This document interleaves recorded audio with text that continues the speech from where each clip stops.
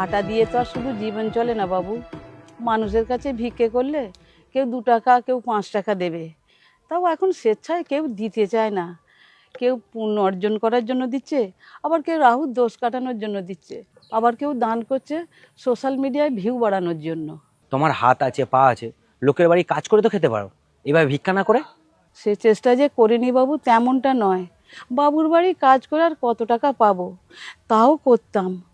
তার সাথে সাথে ভিক্ষে করতাম বলে ওরা আমাকে বাড়ি থেকে তাড়িয়ে দিয়েছে, তাদের নাকি মান সম্মান থাকবে না।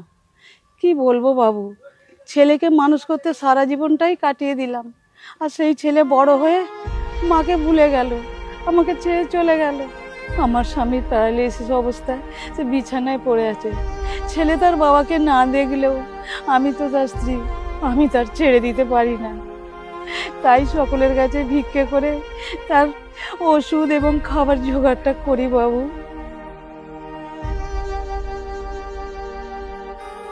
তোমার আটা বিক্রি করে এই টাকাটা আছে, তা থেকে কিছু খরচা হয়েছে, আর বাকি টাকা যেটা থাকবে সেটা তোমাকে আমি পরে দিয়ে দেবো। আমি পাশেই থাকি বাবা। না না, আমি এটা নিতে পারবো না। আমি তোমাকে দিয়ে দিয়েছি, তুমি যা করার করো। অনেক অনেক ধন্যবাদ বাবু, অনেক অনেক ধন্যবাদ।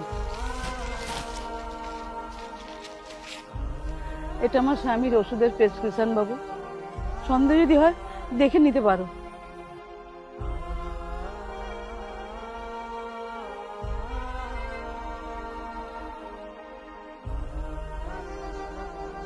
অনেক ধন্যবাদ, আসছি আমি।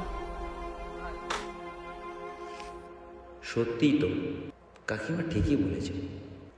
আমরা এখন দান করি কোথায়? করলেও সেটা পুণ্যি কামানোর জন্য, না হলে কোনো গ্রহের দোষ কাটানোর জন্য, আর না হলে সোশ্যাল মিডিয়াতে ফলোয়ার্স বাড়ানোর জন্য। আমরা এখন শুধু নিজেদের জন্য বাঁচি। যেটুকু করি সেটুকু নিজের স্বার্থে করি। আমরা যত উন্নতি করছি ততটাই মনুষ্যত্ব তলানিতে চলে যাচ্ছে।